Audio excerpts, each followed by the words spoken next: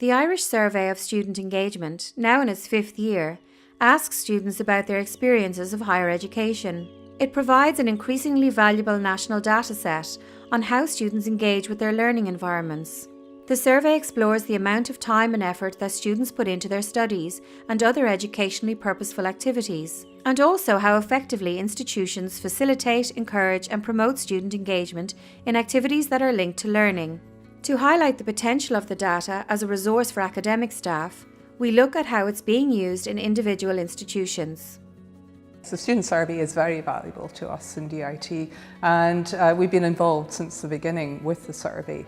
I'd say it's important at all levels within the DIT, what we do institutionally, what we do in the colleges, on programmes, and I suppose most particularly the impact on students.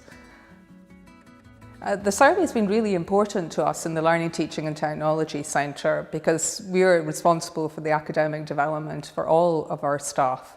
As part of this, we offer a postgraduate diploma, which is for all new staff who do not already have a teaching qualification. So the data is really useful because it provides a student perspective on what academics are doing.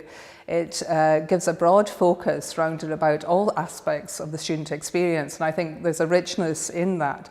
It's not just about what happens in the classroom, it's about what happens outside of the classroom, how they engage with other students, how they engage with wider communities, how they engage with staff, and that is all really important. Another important aspect really is about modifying what you do on the basis of student feedback, and if you don't modify it, I don't think there's any point really in doing evaluative feedback. And then as part of the loop, then to feedback and demonstrate to students what you've done as a result. I think that is really important. Completing the survey is very much a partnership activity. Students aren't going to respond to the survey unless academic staff and the institution are supporting the rollout of the survey. So it's very much a team effort over the 3 weeks that the survey is available. Academics are always very kind and generous of the time, and they allow us to go in and maybe have a slot in a programme, or they might allow students to have some time as part of a lab to fill in the survey, and that's an important aspect. And as a result, I think the numbers of students responding has increased significantly over the last year or so. The data is shared as much as we possibly can with colleagues because we want to get the ownership over the data, so there's a shared responsibility with the data, and that always encourages people to be involved and encourages students to be involved in subsequent years. If programme teams or colleges are interested in getting the data, they can easily get the data from the President's Office, and they can look there at particular trends or statistics. They can look at data over a period of years, and then they can look and see what the impact of what they're doing is actually having on the student experience within the DIT.